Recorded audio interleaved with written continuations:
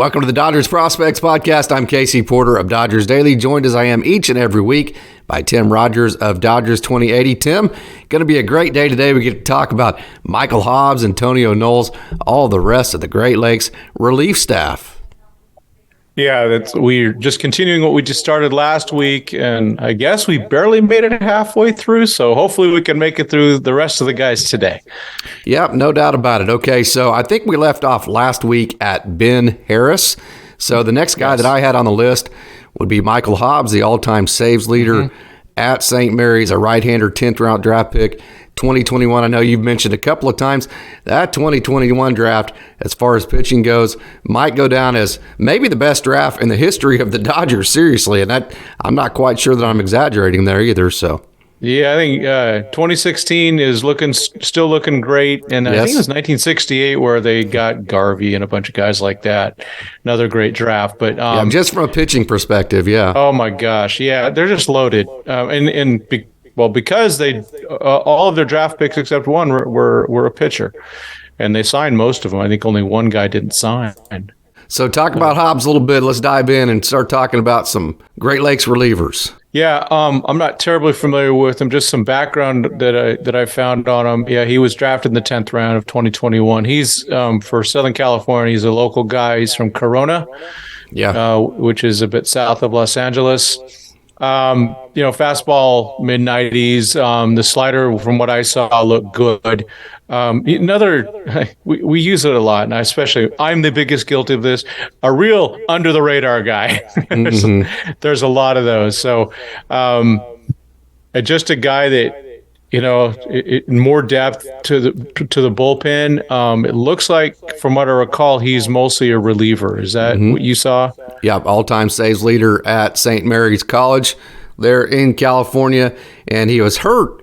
It wasn't like a major injury. It's kind of frustrating for him because it was like one of those nagging deals that kept him out a whole bunch of this last year, but he had a 1.14 whip, a ERA of 3.08, a four-seam sinker pitcher in college. So he worked the bottom of the zone a lot there at St. Mary's when he was racking up all those saves, becoming the all-time saves leader there. And we know Tony Gonsolin, he's from St. Mary's too. So that St. Mary's College has really developed into a pitching factory there.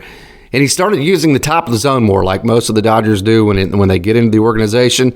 They start actually reading data and metrics as far as how their stuff plays the best. And a lot of them find that with the spin rate, it works the best at the top of the zone. The slider has a lot of late life. And he, although he's not throwing his two-seam sinker to the bottom of the zone like he did in college as much, since he threw it so much, Tim, in college, that fastball still has kind of that sinker look to it. So he's getting the best of all worlds with it. Yeah, I mean, the Dodgers, obviously, they have a philosophy on trying to find what works best for these guys. And pitching up in the zone is one of the things. I mean, I don't know, growing up for me, I was always told to keep the ball low. That's what we did. We always kept the ball low, and more grounders and all that type of stuff. But the times have changed, and the Dodgers keep moving these guys through that. So the next guy, I'm going to guess Antonio Knowles. Yeah, man. Love this guy. Love the Antonio Knowles slider, man. His slider, in my opinion, rivaled Ryan Pepio and Gavin Stone as not just the best slider in the organization, maybe the best pitch, man. His slider, if you watch it, you can go to either one of our social medias. His slider is just fantastic. Yeah, another repeat 2021 draftee, 13th round. Like you said, slider's the primary pitch.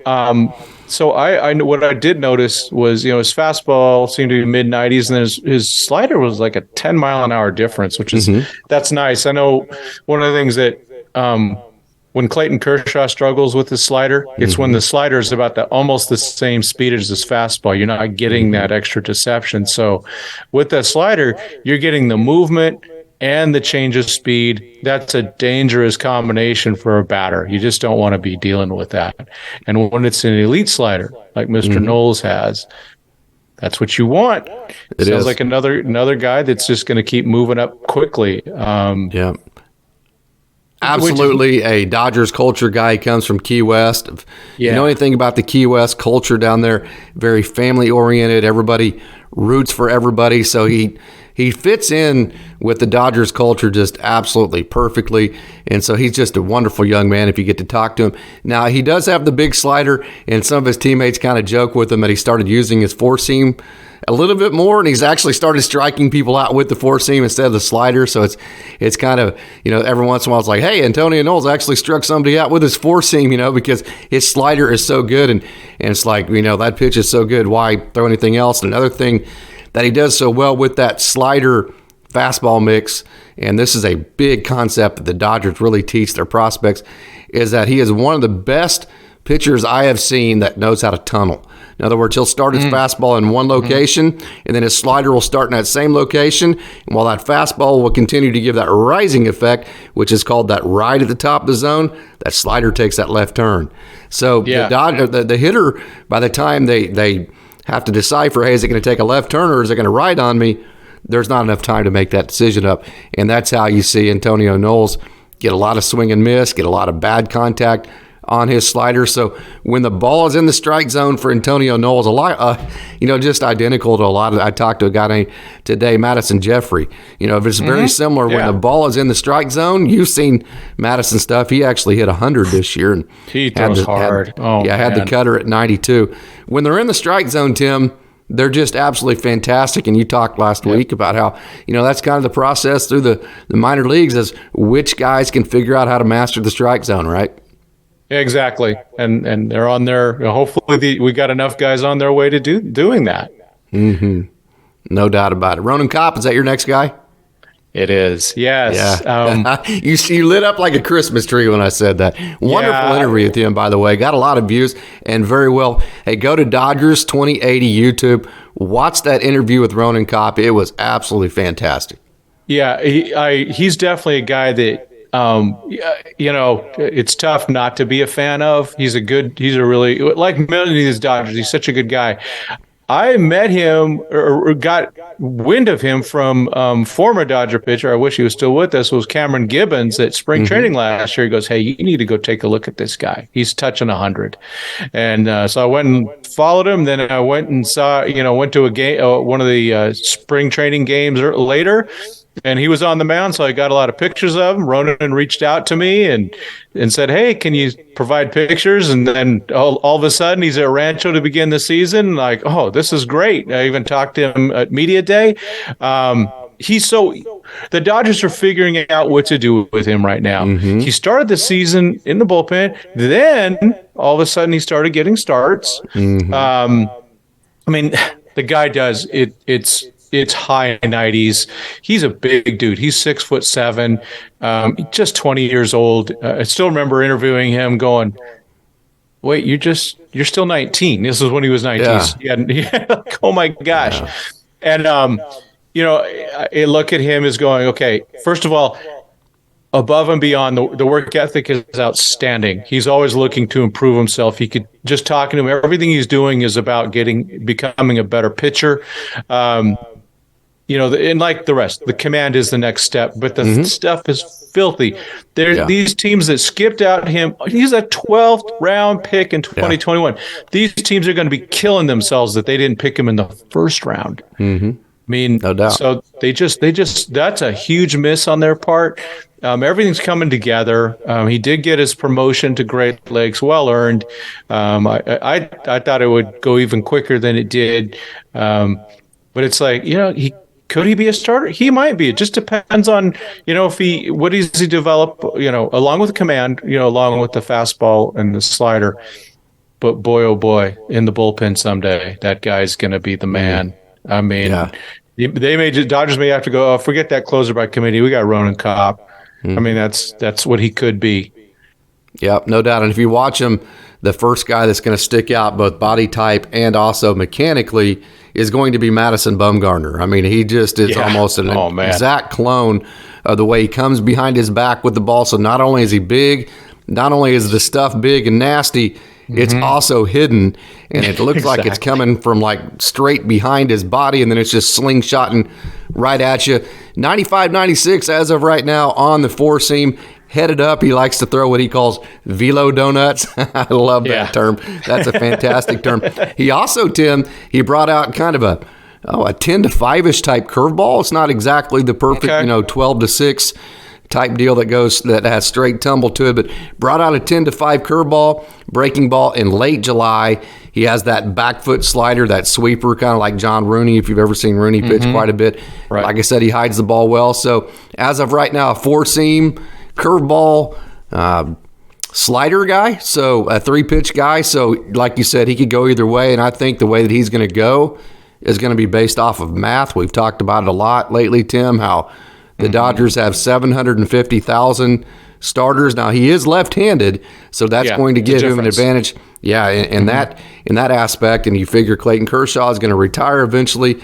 Who knows what's going to happen with Julio Urias whenever he becomes a free agent. So there may be some left-handed slots in the starting position, the starting pitching rotation here in the near future. Let's hope there's not, but there may be. So there may be a path for him to be a starter. But like you said, he could easily go anywhere from being a starter to a middle guy that throws 3 to 4 to 5 innings a couple of times to the lineup, all the way to throwing 100 miles an hour, which, like you said, he's only 20 and he's already throwing really hard. He's likely to do as he continues to grow and adds to his arsenal. So he could be anywhere from a starter to all the way, like you said, a closer. So really, really high on him. 2.70 ERA. The whip was 1.32, but here's the deal. Average against him, 170. Yep. Guys did not hit him when the ball's in the strike zone. Nope, they didn't. They didn't. Strikeout to walk ratio was 108 strikeouts to 43 walks. So what is that? That's over 2.5 to 1, which is what you kind of want it to be, 2.5 to 1. That's in 62 in a third inning. So all of that's good. So if you can continue the nasty stuff, throw a little bit more strikes. You got a guy that's absolutely, Dodgers fans here in a couple of years are going to go, wow, who is this guy, right? Yeah. Go watch him in spring training if you can. Yeah, no doubt about it. Robbie Peto, you got him next? Yeah, I do. He did move to the bullpen much more full-time in 2022. Still got some starts, a lot of multi-inning appearances. His strikeout numbers weren't that big, but his hit totals, it's 58 hits and 81.1 innings. Mid-90s fastball. He was a guy that started the season at Rancho. He did get promoted. I think it was pretty quick. Yeah. I think I only got him live once. Really good kid, of course, like a lot of them. I think you've covered him more. I think you wrote an article about him within the last year or so. What tell me more about what you've seen of him. Big time dude coming out of the New Jersey area, ended up going to North Carolina, transferred out of there, went to Stetson. And if you remember, Stetson 3 or 4 years ago was just one of those fantastic kind of Cinderella type teams. That drew him to Stetson. He had a great career at Stetson. He was caught up in the 2020 deal where there was only 5 rounds to the draft. So, there was a lot of guys like him that you go, well, he's an undrafted free agent, so he's coming out of nowhere. Not in 2020, because you're talking about a guy who probably would have went in the 6th round any other year, which is very, very high. So he's a guy that he certainly did not come out of any. He chose to sign as an undrafted free agent in the 2020 season, and that's only because there was only 5 rounds. You had to be absolutely one of the, the Gavin Stone type and Carson Taylor. You had to be that type of draft pick to get into that draft. Robbie Peto, again, signed as a undrafted free agent. The 4-seam, 94 to 95. You mentioned having the multi-inning relief guy. He was, again, that piggyback guy. You come in and you throw a guy for an inning or 2, then you bring Robbie Peto in, and he faces that other team's lineup 1.5, maybe 2 times through with his 94, 95 4-seam at the top of the zone, a plus changeup. And one thing I really like about him that separates him from a lot of other guys, he doesn't necessarily have a slider or a curveball. He has what he calls a breaking ball, and based on the situation and the count, he can shape it like a slider or a curveball, whichever way he wants to go with it based on the count. So he just kind of calls it a breaking ball. Okay, so it's kind of interesting today, the day and age that we're in. You mentioned the strikeout totals weren't, just eye-popping. 72 strikeouts and 81.1 innings like 5, 6, 7, 10 years ago, we'd have been going, wow, this guy's. I know. Yeah, you know what I mean? I know. And nowadays, you're talking about guys that strike out over 1 per inning almost on average. So this young man you hit it on the nail. He's one of the hardest workers. He is just a fantastic human being. He will give himself every chance to continue to excel and be in whatever. He will do whatever the Dodgers ask him to do, whatever role that may be. He was very good in that piggyback role. Yeah. Let's see. Speaking of guys that are versatile, I got Adolfo Ramirez. You got Adolfo. Okay, very good. Yeah. This guy's, I've seen him a bit. Not a big guy. No. And I did, I did a little bit more digging on him, just kind of watching what they thought about him, like in 2019. And it's really, unlike the rest of these guys, his command is very good. Mm-hmm. He can actually go out there. He's a pitcher. He's an artist. Let's put it that way. He knows how to go out there and pitch. He's not throwing. He's a low 90s fastball, which these days is not what it was. But he's got a good changeup, slider, and a curve. So he's a 4-pitch guy. Really high K totals, low hit totals, and the walks weren't bad. Mm-hmm. And he's. And the last thing I put, and it's true, he's pretty refined. Now, I think he's a bit older than a lot of these guys, but he's had it from the beginning because he didn't come out. He's not, like I said, he's 5'10", 5'11", no matter what they say. And then, not throwing terribly hard. He had to actually learn how to pitch.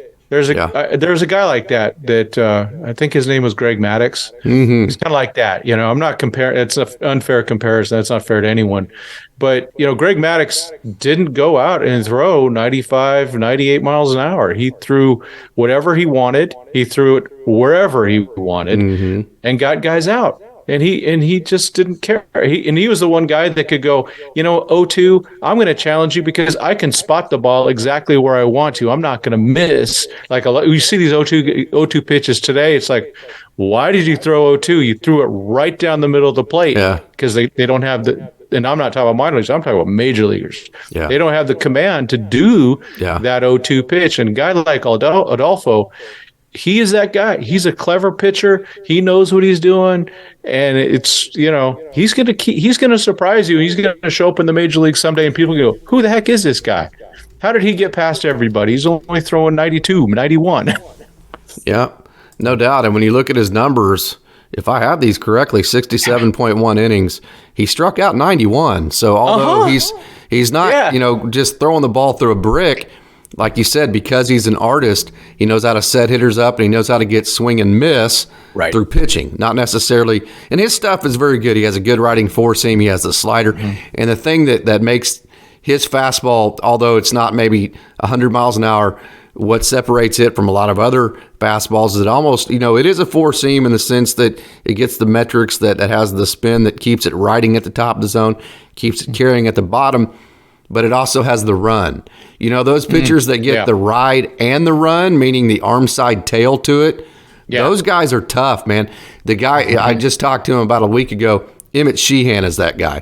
I'm not sure he doesn't have the most explosive fastball. I know Bobby Miller's 102. He had the fastest fastball of any minor leaguer last year. But when you look at Emmett Sheehan, I'm not sure, and Bobby Miller, I'm not sure Bobby Miller's fastball is not more explosive when it's 98, 99, but then it gets that arm side tail to it coming back into righties. Yeah. That's what Adolfo's able to do. He's able to throw that thing, 92, 93, 94, but it's getting that late bite back into the hands of right-handers, and man, he just saws them off and he makes it very uncomfortable.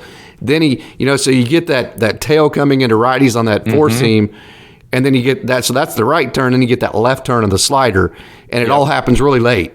And, so late that the hitter can't make a determination before it's too late for them. And so you get a lot of swing and miss from that to the point to where, he was brought up and down. He went to Great Lakes and he went up to Tulsa, then back down to Great Lakes. So he's that guy that the Dodgers, he's just, hey, whatever you need me to do. If you've plenty of time at Rancho. Yep. If you've ever talked to him, it's a yes, sir, no, sir. Hey, whatever you need, just let me know. He is a wonderful person in that way. Average against in September, Tim, 0.87. So he got stronger as the year went on. So Adolfo Ramirez, again, kind of reminds me of not the Jose Hernandez that got taken the Rule 5. I always get him mixed up.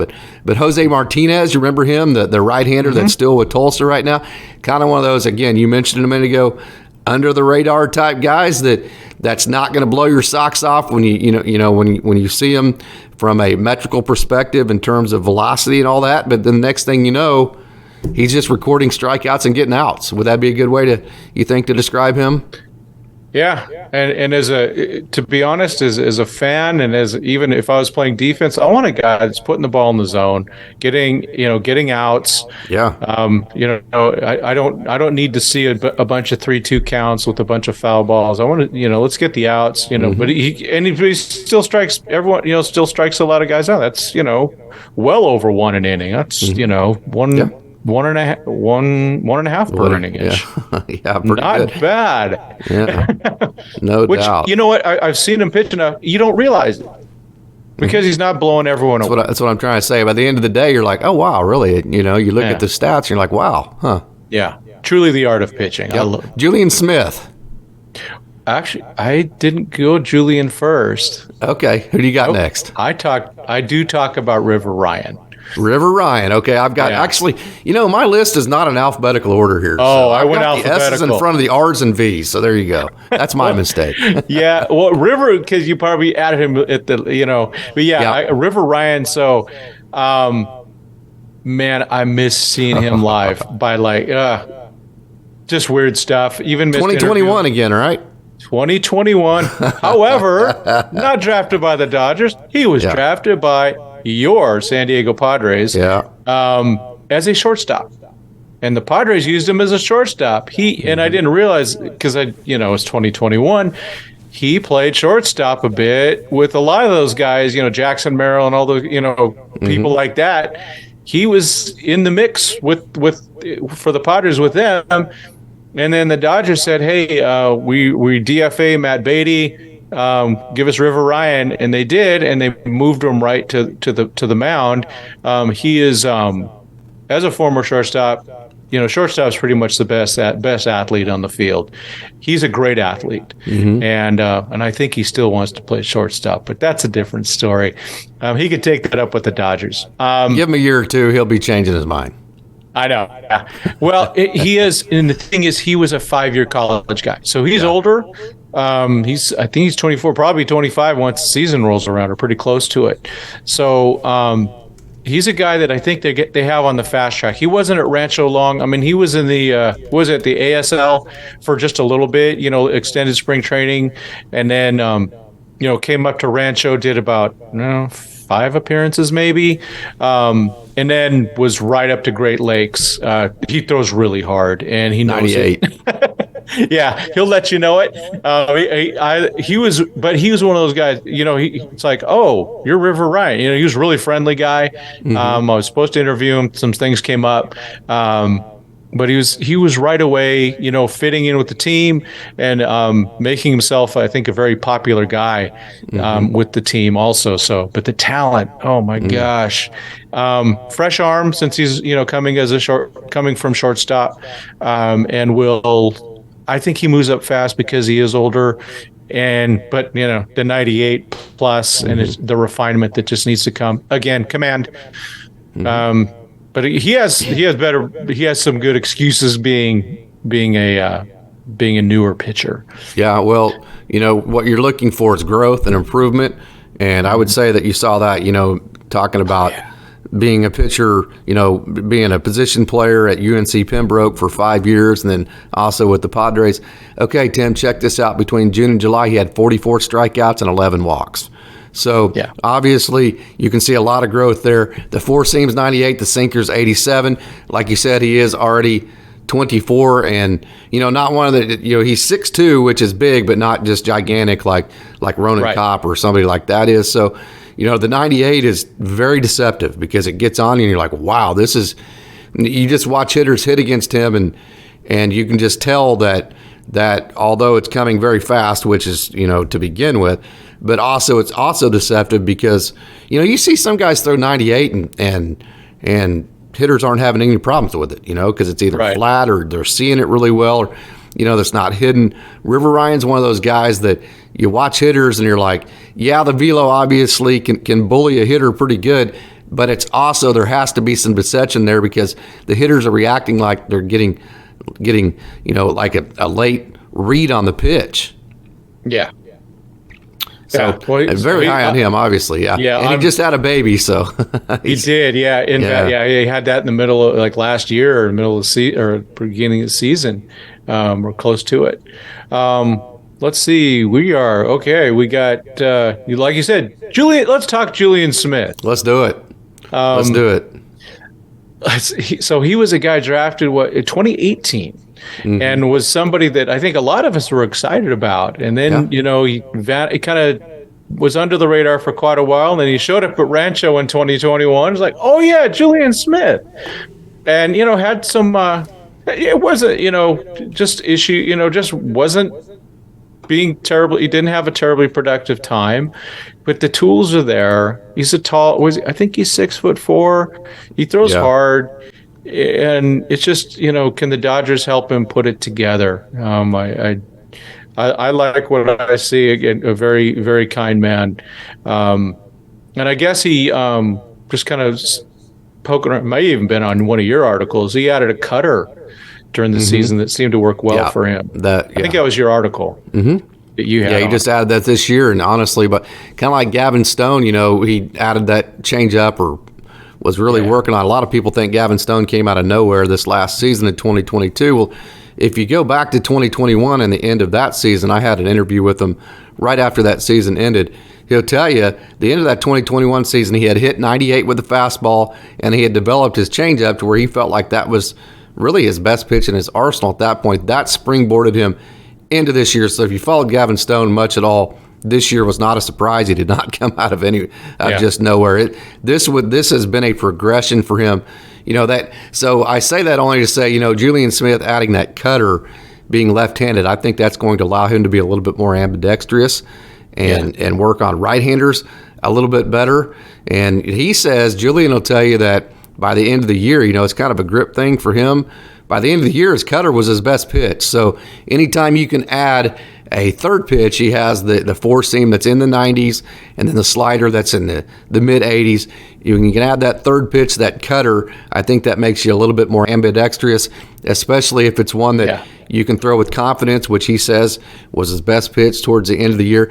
And check this out, he wasn't, he had a few mid-major offers coming out of high school there in North Carolina and some D2 offers, but he went JUCO at Catawba because he wanted the ability to get drafted after every year. At Division I, you have to wait 3 years or until you're 21. He wanted to be able to get drafted every year.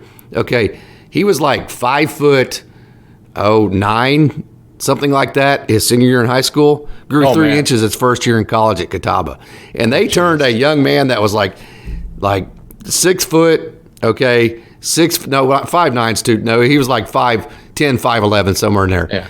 Okay, so they turned at Catawba a young man that was like 5'10", 5'11", 6 foot, 160 pounds into a draft pick.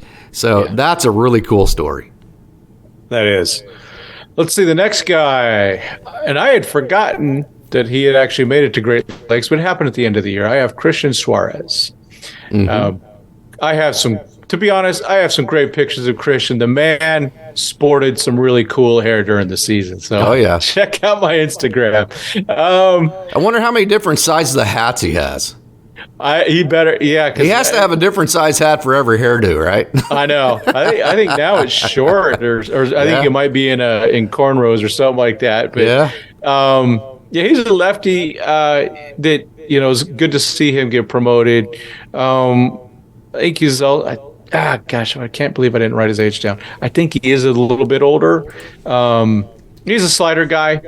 He's a definite type of guy that's comes in with his slider. Doesn't throw like Ramirez. Doesn't throw hard, but strikes out a lot of batters. I always thought he's kind of electric in his way. He just carries himself well, confident. And so he carries the confidence on the mound, and he was enjoyable to watch. I never really, didn't. He was always at least when I had eyes on him, was very successful. Maybe I was good luck for him, but did you get much out of seeing him? Okay. Yeah. He threw 59 innings and had, here's the deal, that left-handed slider. Of course, he's 22 years old, so he's not extremely old, but being, Great Lakes, that's one of those deals. I think he's probably just about right on track there. His deal is that sweeping left-handed slider is very, very good when it is in the strike zone. Okay, again, another one of those guys, this is the theme, especially in relief for the Dodgers. Lots of big stuff from the left side, but it's got to be in the strike zone. Okay, so in let me get to it right here. So in 59.2 innings, he struck out 78. So that shows you just how explosive his stuff is. But then walked 34. So it's very simple for him and other guys like him. Hey, when the ball's in the zone, he's tough. Okay, that slider is absolutely legit, but it's going to, where the rubber's going to meet the road for guys like him and everybody else we've talked about, and I don't mean this to be negative in any way. I just, I think it's pretty much a fact that where the rubber's going to meet the road, can you continue to have all the explosive stuff with the big strikeouts with the slider and then reduce the walks to where it's down to where it equate to maybe, 1.5, 2 per 9 innings, that type of deal. So I think it's going to come down to whether he can continue to grow in that area or not. Would you agree? Yes. And he would be the classic, one batter guy. Yeah. The way he is right now, but that's gone. I got 2 more. I have a bonus one. Okay. It'll be quick, but let's go to the main 2. I think where you're going next. Ryan Sublette. Yes. Yeah, man, this dude. Dodgers fans, remember this name, Ryan Sublette. This guy is fantastic. He is so good. Give us what you got, Tim. 2021 draft pick, of course. Yep, there you go. 11th round. Just, the eye test that I saw from him, it just looks like the ball is getting on the hitter really, really quick. You might even said that too. And I'll explain why here in a minute, but you're exactly right. Yeah. It's just slider and changeup with the mid-90s, but I want you to get back to that, the ball getting on the hitter quick. What you see or how you interpret that? Yeah, he has the 3/4 slot. Okay, but not only does he have the 3/4 slot, he has a 3/4 slot, but he's not on the side of the ball. If you're on the side of the ball, the hitter if you see my open palm right there, if you're on the side of the ball, the hitter sees that ball, right? If you're still on top of the ball, okay, now you can still pronate that changeup, right? Right. And then you can also get the right at the top of the zone. So he's getting the best of all worlds in the sense that he's a 3/4 slot, but then he's still behind the ball. So he still has that wicked changeup. He still has the deception of it where the hitters aren't seeing the ball exactly perfectly. Does that make sense? And then he's also getting the right on his fastball at the top of the zone and the carry at the bottom of the zone. And then being 3/4, Tim, okay, doing this right here with the slider, it is just wipe out devastating. This young man, I'm telling you, Dodgers fans, know who this guy is because he is he's quiet. He's a different type of confidence. He's not brass and in your face. He's a different type of gritty and a different type of competitive. But Dodgers fans, know this guy. Ryan Sublette is going to be a big-time Major League pitcher, and he is going to be a big-time Major League pitcher for a long time. Mark my words. I'm that confident. Awesome. So the last guy. It's not Joan. I love this guy. Not Joan. It's Johan. Johan, yeah. I love this guy, man. He's so cool, isn't he? Johan Valdez. Yeah. He was just a guy, you first look at his name like Joan. And I asked around. I made sure to ask around. What happened? There we go. I went, especially my go-to guy, of course, was Marco Hernandez on those things, and Marco set me straight. He's a guy. He's a really tall guy. 6'4", 175, so gangly. Yeah, and I know sometimes those weights are from a few years ago. It's probably still accurate. Yeah. He's long and lean. He stepped it up in 2022, coming out of nowhere. He wasn't on any prospect list or anything like that. He just was a guy that all of a sudden just started stepping it up. Yeah, and he is always posing for pictures really well, just having a good time out there. But he did step it up. The thing is, at Rancho, you don't get the details about what they throw. I don't know what he would call it, but if you profiled it, it's a 4-seam cutter slider is what I would say he has. 3-in-1. Yeah. He was fun to watch, and he a lot of success at Rancho. Again, coming really out of the blue, even for us prospect guys going, oh, who's this guy? Oh, okay, very good. And so good to see him. And I think he starts moving up a bit pretty quick. And I think he's also a bit older. I think he was like signed in 2016 or 2017. Yeah, he's 23.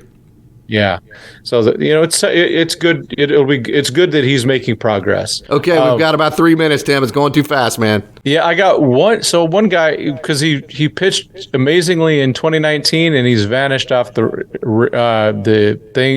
radar with injuries. It's Mitchell Turansky. He pitched. I think the last time he pitched in organized ball was with Ogden, and in 22 innings, 9 hits, 3 walks, and 40 Ks. So a lefty. I caught him pitch. I caught him in 2020, right before all the yuckiness happened. Yeah, and I was like, "Oh, this guy's interesting." And then he's hurt. And he's not out there on social media that much. So it's like sometimes you go, "Hey, where is he at?" So hopefully he's coming back. I believe it was Tommy John, and so hopefully he is coming back in 2023. It'll be interesting to see. I'm glad he's still on a roster. It's kind of a bummer, but never know for him. Maybe he's just one of those people. I just wanted to throw him out there because he was so darn good in 2019. It seems like it's a decade. It seems like a last decade, and it was. It does. Any final thoughts? Just I'm just amazed at how big this list is. That they have that many just amazing pitchers that these are just relief candidates, and a couple of them could be starting candidates also, including River Ryan and Ronan Adolfo. Cobb. Adolfo, Ronan. Definitely. Yeah, Adolfo's he's anything. And so Robbie could be a starter. Yeah. So, and to see all these guys, there's so many guys and they came through fast through Rancho. Like, oh my gosh, they're here and they're gone. And hopefully, they get a chance now to move up forward. The command is going to be the determining. I don't know what level it is. The Dodgers start going, hey, this matters now a bit more. But that's all I've got. AA. Yeah. Yep. And for you, we got less than a minute. Yep. Hey, fans, just a reminder, head on over to Dodgers 2080 and check out all of Tim's content on the Dodgers prospects and DodgersDaily.net if you want more on all the Dodgers prospects. And just a reminder, if you like this video, if you like this kind of content, go ahead and click that like button, leave a comment, tell all your friends about the Dodgers Prospects podcast so Tim and I can keep growing this podcast and we can keep providing you content like this in the future. As always, thanks for tuning in, fans, and go Dodgers.